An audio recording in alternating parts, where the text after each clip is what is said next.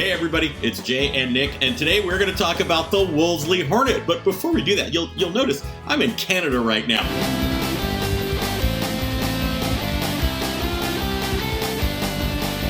I had to peace out because I just couldn't take being surrounded by all these hostile chanting morons. Big ass, big ass, big ass, big ass. Okay, but let's not bury the lead here. What the hell is a Wolseley Hornet?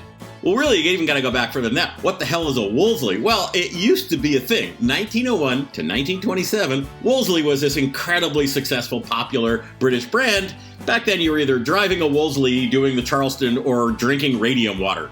The radium craze has problems. Yeah, and after that, the company went bankrupt and was absorbed by the Morris Company, so Wolseleys from about the 1930s onward are just badge-engineered Morrises, which includes, arguably, the best Morris ever made, the Morris Mini.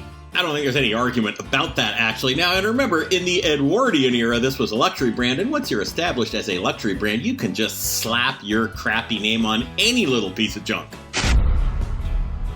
So to kind of differentiate it from a regular Mini, it had this formal trunk and this very dignified upright grille, but that was kind of it. And frankly, after 1969 when they stopped making these things, nobody remembered them except completely wackadoo Mini freaks.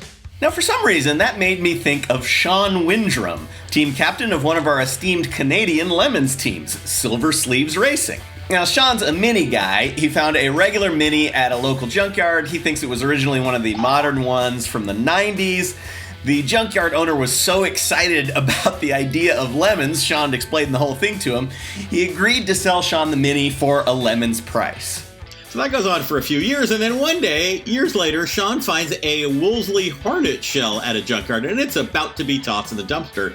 And I think literally, because it's a Mini, literally tossed in a dumpster. So this thing is in terrible shape, and of course Sean being Sean, his first thought is, well, I don't care, I'm going to make that into a lemons car. He very quickly realized, no, the easy way to do this is cut off the Wolseley bits on either end and graft those onto his existing Mini. Depending on mood, the team will either run the Wolseley-nosed or a more conventional Mini one, but no matter what, they always run their excellent John Lennon, Sgt. Pepper's psychedelic Rolls-Royce themed paint job. Now, according to Sean, this is what really sets it apart from all the other Wolseleys in Lemons. Go home, you rotten commie Brit! We just want to make our music!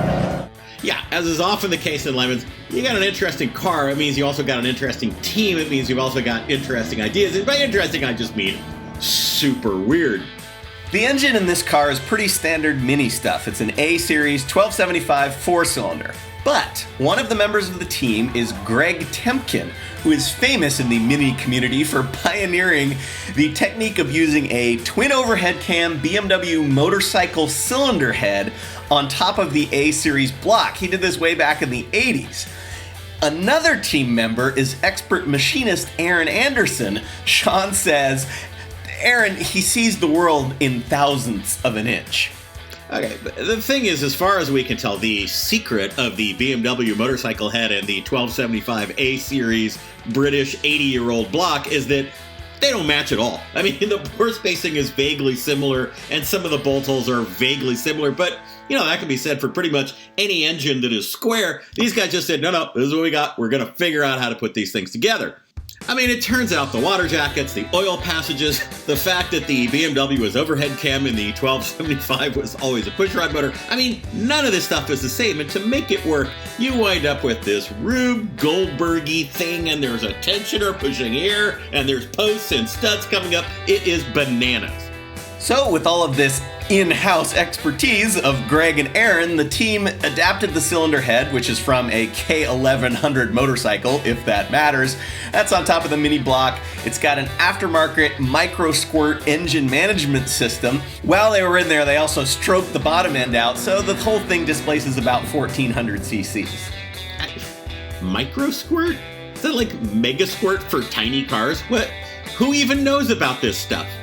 Now, behind that, or more accurately, next to all that, it's got a 4-speed, it's got torsion in it now, it's got Mini suspension, which is to say, instead of, something crazy like springs, just little rubber cones, it's got 10-inch Mini lights, it's got 4-wheel discs. This thing is pretty awesome. Now, if some of that hardware sounds like it's kind of beyond the spirit and maybe the budget of Lemons Racing, it probably is. It is. Here's the thing, if you put twin cam heads and fully custom engine management on, say, a Chevy LS V8, the judges will hammer you with penalty laps. If you apply the same technology to a homemade John Lennon edition Wolseley Hornet that maybe makes 100 horsepower after you've done all of this stuff, the judges will conveniently fail to notice. It's a loophole.